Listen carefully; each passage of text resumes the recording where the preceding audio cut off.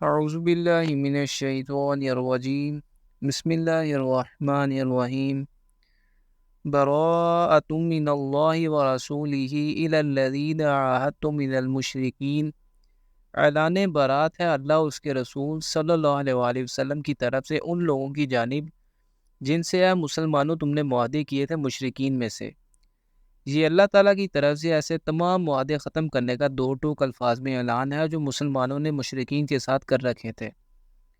فسیحوا فی الارض اربعۃ اشہر، تو گھوم پھر لو اس زمین میں 4 ماہ تک، یعنی اس جزیرہ نما عرب میں تمہیں رہنے اور گھومنے پھرنے کے لیے صرف 4 مہینے کی مہلت دی جا رہی ہے۔ اشہر واعلموا انکم غیر معجز اللہ وان اللہ مخزی الکافرین، اور جان لو تم اللہ کو عاجز نہیں کر سکتے اور یہ بھی کہ اللہ کافروں کو رسوا کر کے رہے گا۔ اب ان مشرکین کے لیے اللہ کے عذاب کی آخری قسط آ کر رہے گی۔ یہ قطعی اعلان تو ایسے معاہدوں کے ضمن میں تھا جن میں کوئی میعاد معین نہیں تھی، جیسے عام دوستی کے معاہدے، جنگ نہ کرنے کے معاہدے وغیرہ۔ ایسے تمام معاہدوں کو 4 ماہ کی پیشگی وارننگ کے ساتھ ختم کر دیا گیا۔ وَأَذَانٌ مِّنَ اللَّهِ وَرَسُولِهِ إِلَى النَّاسِ يَوْمَ الْحَجِّ الْأَكْبَرِ، اور اعلان عام ہے اللہ اس کے رسول صلی اللہ علیہ وآلہ وسلم کی طرف سے لوگوں کے لیے حج اکبر کے دن۔ عمرے کو چونکہ حج اصغر کہا جاتا ہے، اس لیے یہاں عمرے کے مقابلے میں حج کو حج اکبر کہا گیا ہے۔ ہمارے یہاں عوام کی طرف سے مشہور کی گئی یہ بات بالکل بے بنیاد ہے کہ حج اگر جمعے کے دن ہو تو وہ حج اکبر ہوتا ہے۔ ان اللہ بریء من المشرکین ورسولہ، کہ اللہ بری ہے مشرکین سے اور اس کا رسول صلی اللہ علیہ وآلہ وسلم بھی۔ یہ اعلان چونکہ حج کے اجتماع میں کیا گیا تھا اور حج کے لیے جزیرہ نما عرب کے تمام اطراف سے لوگ آئے ہوئے تھے، لہٰذا اس موقع پر اعلان کرنے سے یہ گویا عرب کے تمام لوگوں کے لیے اعلان عام ہو گیا کہ اب اللہ اور اس کے رسول صلی اللہ علیہ وسلم مشرکین سے بری الذمہ ہے اور ان کے ساتھ ان کا کسی بھی قسم کا کوئی معاہدہ نہیں رہا۔ فَإِن تُبْتُمْ فَهُوَ خَيْرٌ لَكُمْ، تو اگر تم توبہ کر لو تو تمہارے لیے بہتر ہے۔ وَإِن تَوَلَّيْتُمْ فَاعْلَمُوا أَنَّكُمْ غَيْرُ مُعْجِزِ اللَّهِ، اور اگر تم روگردانی کرو گے تو سن رکھو کہ تم اللہ کو عاجز نہیں کر سکتے۔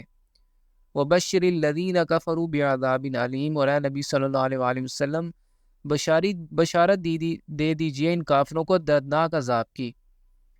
إِلَّا الَّذِينَ عَاهَدتُّم مِّنَ الْمُشْرِكِينَ، سوائے ان مشرکین کے جن سے اے مسلمانوں تم نے معاہدے کیے تھے۔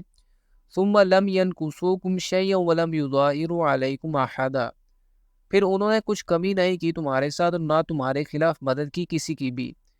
یہاں میعادی معاہدوں کے سلسلے میں استثناء کا اعلان کیا جا رہا ہے، یعنی مشرکین کے ساتھ مسلمانوں کے ایسے معاہدے جو کسی خاص مدت تک ہوئے تھے ان کے بارے میں ارشاد ہو رہا ہے کہ اگر یہ مشرکین تمہارے ساتھ کیے گئے کسی معاہدے کو بخوبی نبھا رہے ہیں اور تمام شرائط کی پابندی کر رہے ہیں، فَأَتِمُّوا إِلَيْهِمْ عَهْدَهُمْ إِلَى مُدَّتِهِمْ، تو مکمل کرو ان کے ساتھ ان کا معاہدہ مقررہ مدت تک۔ یعنی اگر مشرکین کے ساتھ کسی خاص مدت تک تمہارا کوئی معاہدہ ہوا تھا اور ان کی طرف سے ابھی تک اس میں کسی قسم کی کوئی خلاف ورزی نہیں ہوئی تو اس معاہدے کی جو بھی مدت ہے وہ پوری کرو۔ ان اللہ یحب المتقین، یقیناً اللہ تقوی اختیار کرنے والوں کو پسند کرتا ہے۔ فَإِذَا انسَلَخَ الْأَشْهُرُ الْحُرُمُ، پھر جب یہ محترم مہینے گزر جائیں، یہاں محترم مہینوں سے مراد وہ 4 مہینے جن کی مشرکین کو مہلت دی گئی تھی۔ فَاقْتُلُوا الْمُشْرِكِينَ حَيْثُ وَجَدتُّمُوهُمْ وَخُذُوهُمْ وَاحْصُرُوهُمْ وَاقْعُدُوا لَهُمْ كُلَّ مَرْصَدٍ، تو قتل کرو ان مشرکین کو جہاں پر اور پکڑو ان کو اور گراؤ کرو ان کا، اور ان کے لیے ہر جگہ گات لگا کر بیٹھو۔ جب یہ 6 آیات نازل ہوئی تو رسول اللہ صلی اللہ علیہ وآلہ وسلم نے حضرت علی رضی اللہ تعالیٰ عنہ کو قافلہ حج کے پیچھے روانہ کیا اور انہیں تاکید کی کہ حج کے اجتماع میں میرے نمائندے کی حیثیت سے یہ آیات بطور اعلان عام پڑھ کر سنا دیں۔ نبی صلی اللہ علیہ وآلہ وسلم نے حضرت علی رضی اللہ تعالیٰ عنہ کی یہ نامزدگی عرب کے عام رواج کے مطابق فرمائی تھی۔ عرب کے رواج کے مطابق کسی بڑی شخصیت کی طرف سے اگر کوئی اہم اعلان کرنا مقصود ہوتا تو اس شخصیت کا کوئی قریب عزیز ہی ایسا اعلان کرتا تھا۔ جب حضرت علی رضی اللہ تعالیٰ عنہ قافلہ حج سے جا کر ملے تو قافلہ پڑاؤ پر تھا۔ امیر قافلہ حضرت ابوبکر رضی اللہ تعالیٰ عنہ تھے۔ جو ہی حضرت علی رضی اللہ تعالیٰ عنہ آپ صلی اللہ علیہ وسلم آپ رضی اللہ تعالیٰ عنہ سے ملے تو آپ رضی اللہ تعالیٰ عنہ نے پہلا سوال یہ کیا، امیر او مأمور، یعنی آپ رضی اللہ تعالیٰ عنہ امیر بنا کر بھیجے گئے ہیں یا مأمور۔ مراد یہ تھی کہ سب سے پہلے مہدی اور آپ رضی اللہ تعالیٰ عنہ کی حیثیت کا تعین کر لیا جائے۔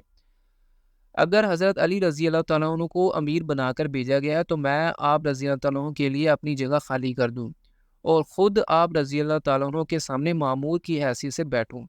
اس پر حضرت علی رضی اللہ تعالیٰ عنہ نے جواب دیا کہ میں مامور ہوں، امیر حج آپ ہی ہیں۔ البتہ حج کے اجتماع میں آیات الہی پر مشتمل اہم اعلان رسول اللہ صلی اللہ علیہ وسلم کی طرف سے میں کروں گا۔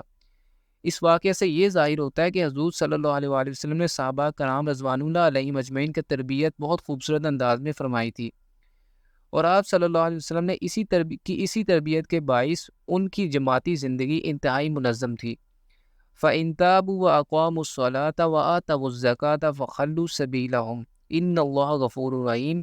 پھر اگر وہ توبہ کر لیں، نماز قائم کریں اور زکوٰۃ ادا کریں تو ان کا راستہ چھوڑ دو، یقیناً اللہ بخشنے والا رحم کرنے والا ہے۔ یعنی اگر وہ شرک سے تائب ہو کر مسلمان ہو جائیں، نماز قائم کریں اور زکوٰۃ دینا قبول کر لیں تو پھر ان سے مواخذہ نہیں۔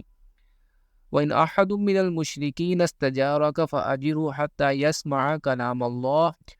اور اگر مشرکین میں سے کوئی شخص آپ صلی اللہ علیہ وسلم سے پناہ طلب کرے تو اسے پناہ دے دو یہاں تک کہ وہ اللہ کا کلام سن لے۔